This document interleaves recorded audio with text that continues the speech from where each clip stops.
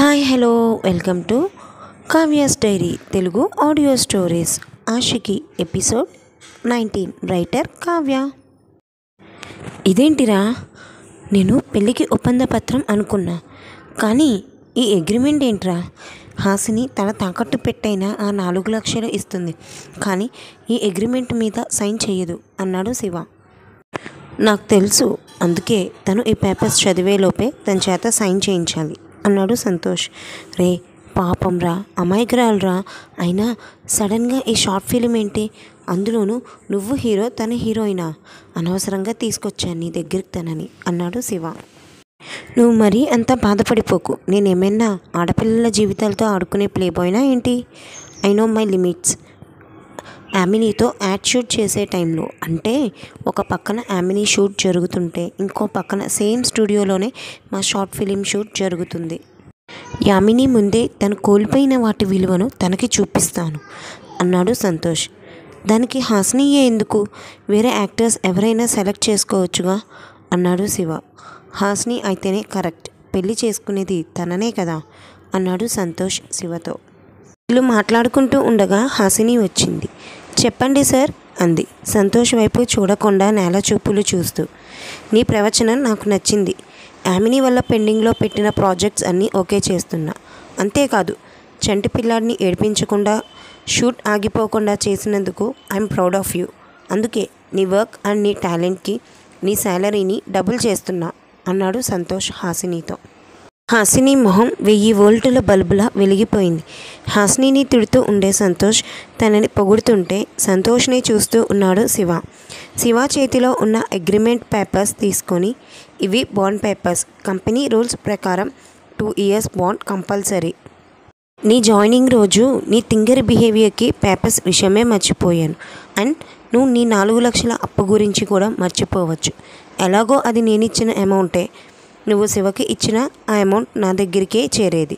So no need to return the money because I'm impressed for your work.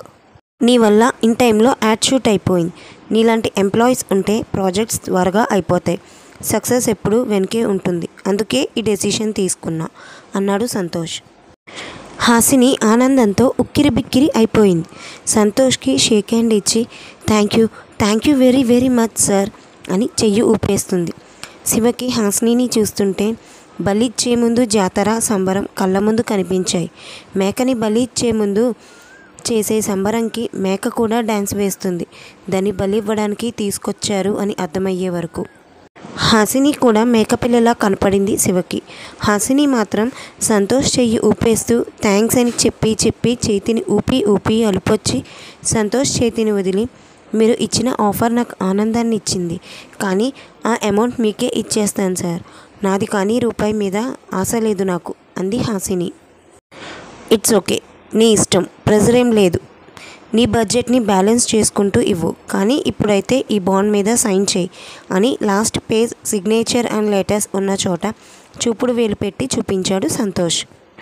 Okay sir అని papers చదవకుండానే Santosh వేలు పెట్టిన చోట ఆనందంతో sign చేసేసింది హాసిని. ఓకే గుడ్, ఇది ఒక షార్ట్ ఫిలింకి సంబంధించిన స్క్రిప్ట్ పేపర్స్. ఈ స్క్రిప్ట్ చదివి ఎలా ఉందో నీ ఒపీనియన్ చెప్పు అన్నాడు Santosh. Wow, short film! Shiva అన్నయ్య చెప్పారు మీ నాన్నగారు రాసుకున్న కథని మీరు తీయాలి అనుకున్నారు అని. అదేనా సార్ ఇది? అంటే ఆ యామినికి బుద్ధి చెప్పడంతో పాటు బిజినెస్లోనే కాకుండా కళారంగంలో కూడా ఎదిగి తనకి ఏమాత్రం తక్కువ కాదు అని ప్రూవ్ చేయాలి అనుకుంటున్నారు, అంతేగా అంది హాసిని నవ్వుతూ. అవును అన్నాడు సంతోష్. చాలా మంచి నిర్ణయం తీసుకున్నారు సార్ మీరు. ఐఎమ్ వెరీ హ్యాపీ అంది హాసిని.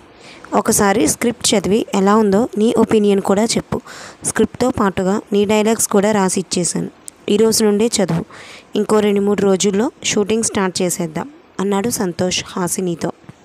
అప్పటి వరకు ఆనందంతో నవ్వుతున్న హాసిని పెదాలు చిన్నగా ముడుచుకోసాగాయి. మీరు ఏమంటున్నారో నాకు అర్థం కాలేదు సార్, కాస్త వివరంగా చెప్పండి అంది హాసిని సంతోష్ని స్క్రిప్ట్ పేపర్స్ని మార్చి చూస్తూ. సంతోష్ కుర్చీలో నుండి లేచి ప్యాంట్ పాకెట్లో చేతులు పెట్టుకొని హాసిని దగ్గరికి వచ్చి, నీకు ఏదైతే అర్థమయ్యి అర్థం కానట్టు కన్ఫ్యూజన్లో ఉన్నావో ఆ కన్ఫ్యూజన్ నీ మైండ్లో నుంచి డిలీట్ చేసేయి. నీకు అర్థమైనదే కరెక్ట్. నువ్వే ఈ షార్ట్ ఫిల్మ్లో హీరోయిన్వి, నేనే హీరోని. యామిని ముందు నాతో క్లోజ్గా ఉండేది కూడా నువ్వే అన్నాడు సంతోష్. హాసిని సంతోష్తో, ఏం మాట్లాడుతున్నారు సార్ మీరు? నేను యాక్టింగ్ చేయడం ఏంటి? అది మీతో, నా వల్ల కాదు, వేరే ఎవరినైనా చూసుకోండి అంది హాసిని. ఏ, నేను అందంగా లేనా? హాసినికి దగ్గరగా వచ్చి తన కళ్ళల్లోకి సూటిగా చూస్తూ అడిగాడు సంతోష్. హాసిని కొంచెం వెనక్కి జరిగి సంతోష్ని పైనుండి కింద వరకు స్కాన్ చేసి, నా అంత కాకపోయినా బాగానే ఉన్నారులే అని హాసిని మాటలు పూర్తవుతుండగా సంతోష్ సీరియస్ లుక్ ఇచ్చేసరికి వెంటనే నాలుగు ఖర్చుకుని, అదే సార్, మీ అందానికి నేను సరిపోను, కానీ వేరే వాళ్ళని చూసుకోండి అని హాసిని వెళ్ళిపోతుంటే సంతోష్ హాసిని చెయ్యి పట్టుకొని ఆపాడు. హాసిని వెనక్కి తిరిగి సంతోష్ వైపు చూసింది. తమరు సైన్ చేసిన ఈ పేపర్స్ని ఒకసారి చదువుకోండి అన్నాడు సంతోష్. హాసిని సంతోష్ని సందేహంగా చూస్తూ సంతోష్ చేతిలో నుండి పేపర్స్ తీసుకుని చదివి తన పెద్ద పెద్ద కళ్ళను ఇంకా పెద్దవి చేస్తూ సీరియస్గా సంతోష్ని చూసింది. అమ్మో, అలా చూడకండి, భయం వేస్తోంది బాబోయ్ అన్నాడు సంతోష్. ఇది చీటింగ్ సార్, శాలరీ పెంచుతున్న బాండ్ అని చెప్పి నాతో సైన్ చేయించేసుకున్నారు మీరు అంది హాసిని. నేను సైన్ పెట్టమనగానే పెట్టేయడమేనా? చదువుకోవాలి అనే మినిమం కామన్ సెన్స్ ఉండాలి కదా నీకు అన్నాడు సంతోష్. కొంచెం దయ చూపించి వేరే వాళ్ళని, యాక్టింగ్ బాగా తెలిసిన వాళ్ళని సెలెక్ట్ చేసుకోండి సార్. వాళ్ళైతే ఇటు షార్ట్ ఫిలింలో చేయడంతో పాటు మీతో కూడా క్లోజ్గా మూవ్ అవ్వగలరు కదా అంది హాసిని. నిన్ను పెళ్లి చేసుకోవాలి అనుకుంటున్నప్పుడు వేరే ఎవరితోనో క్లోజ్గా ఉంటే బాగోదు, పైగా నమ్మశక్యంగా ఉండదు కదా అన్నాడు సంతోష్. వామ్మో దేవుడా, వీడేంటి ఏకంగా పెళ్ళి గురించి ఇప్పుడే అడిగేశాడు. అసలు ఈ పిల్ల షార్ట్ ఫిలిం చేయడానికే ఇష్టపడలేదు, అలాంటిది పెళ్ళా ఏకంగా? ఇప్పుడు ఇక్కడ మూడో ప్రపంచ యుద్ధం జరగబోతోంది, డౌట్ లేదు అనుకున్నాడు శివ మనసులో. పెళ్ళేంటి సార్ అంది హాసిని ఆశ్చర్యంగా చూస్తూ. పెళ్ళంటే నిజం పెళ్ళి కాదు, అంటే అబద్ధంగా ఎవరికీ తెలియకుండా కూడా కాదు. మన ఇద్దరం ఒప్పంద వివాహం చేసుకుందాం. మన ఒప్పందానికి టైం పీరియడ్ 1.5 years హాసిని. ఈ ఒప్పందం పెట్టుకున్న 1.5 years టైం పీరియడ్లో మన ఇద్దరికి ఒక బిడ్డ పుడితే మా వదిన ఆస్తి అనాథ శరణాలయానికి వెళ్లకుండా నా చేతుల్లోనే ఉంటుంది. అప్పుడు తన ఆశయాలు నేను నెరవేర్చడానికి కుదురుతుంది. ఒకవేళ నువ్వు మా ఇంట్లోనే ఉండాలి అనుకుంటే ఒప్పందాన్ని కొన్ని ఇయర్స్ ఎక్స్టెండ్ చేస్తాను. బట్ పుట్టబోయే బిడ్డ మీద నీకు ఎటువంటి హక్కులు ఉండవు.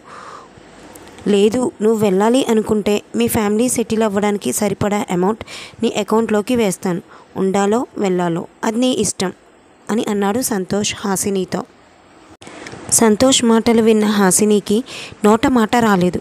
కళ్ళల్లో నుండి నీరు కారిపోతూ ఉన్నాయి. పెళ్ళంటే మీ దృష్టిలో విలువ లేకపోవచ్చు, కానీ మీలాగా పెళ్ళి అనే పవిత్ర బంధాన్ని వెక్కిరించలేను.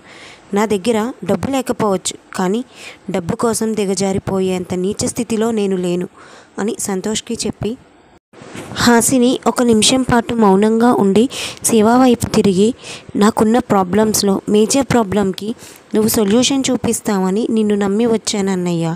ఇంకెప్పుడు ఎవరిని నమ్మకూడదు అని అర్థమయ్యేలా చేసినందుకు థ్యాంక్స్ అని మళ్ళీ సంతోష్ వైపు తిరిగి, నేను ఇప్పుడు షార్ట్ ఫిలింలో యాక్ట్ చేయకపోతే మీకు ఆ 4 లక్షలకు ఇంకో 4 లక్షలు కలిపి 8 లక్షలు ఇవ్వాలి, అంతేగా?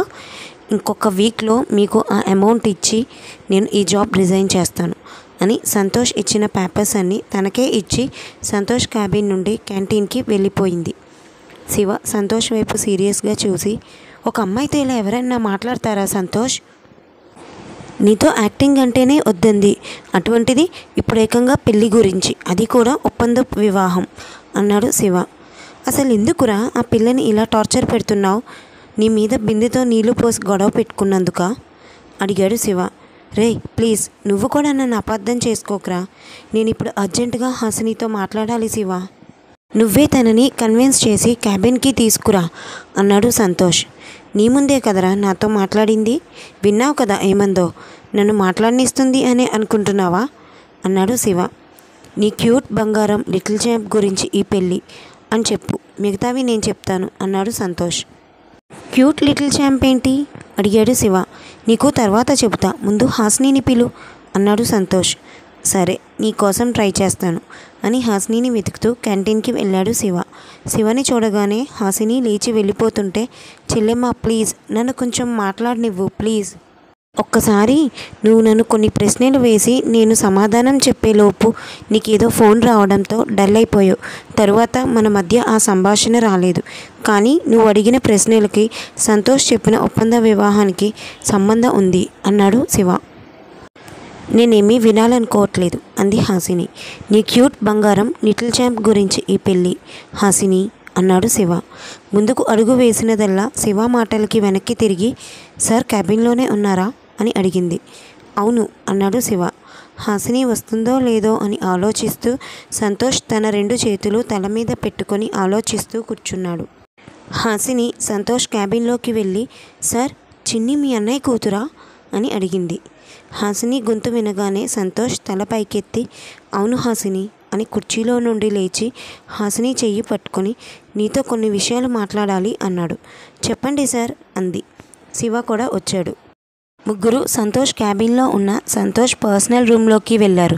సంతోష్ హాసినితో, నువ్వు నాకు ఏడాదిన్నర క్రితం నుండి తెలుసు హాసిని అని చెబుతూ తన అన్న కూతురుతో హాసినిని గుడిలో గడిపిన క్షణాలను తన ఫోన్లో బంధించిన ఫోటోలన్నీ కలిపి ఉన్న పెద్ద ఫ్రేమ్ని తీసి హాసినికి చూపించాడు.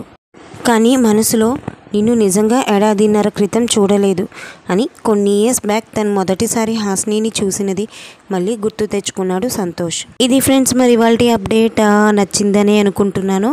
అండ్ అలాగే ప్రేమ సంఘర్షణని కూడా కుదిరితే ఒకసారి చదవండి.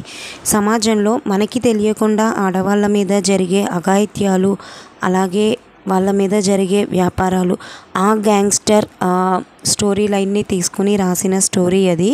మీకు వీలు పడితేనే చదవండి. అలాగే ఈ ఎపిసోడ్ ఎలా ఉందో నాకు కామెంట్ సెక్షన్లో తెలపండి. అండ్ టైం తక్కువైతే ఇచ్చాను, కొంచెం ఇంకా హెల్త్ రికవర్ అవ్వలేదు, అందుకే కొంచెం టైం తక్కువ ఇచ్చాను. రికవర్ అవ్వగానే నేను మీకు 15 లేదా 20 మినిట్స్ ఎపిసోడ్ పెట్టడానికి ట్రై చేస్తాను. అలాగే మీ ఒపీనియన్ని కామెంట్స్లో షేర్ చేస్తారు, ఛానల్ని సబ్స్క్రైబ్ చేస్తారు అని ఆశిస్తున్నాను. అండ్ 2000 సబ్స్క్రైబర్స్ అయ్యారు. Thank you for all the subscribers. Thank you very much. మీ సపోర్ట్ని ఎప్పటికీ ఇలాగే కొనసాగిస్తారు అని ఆశిస్తూ మీ కావ్య.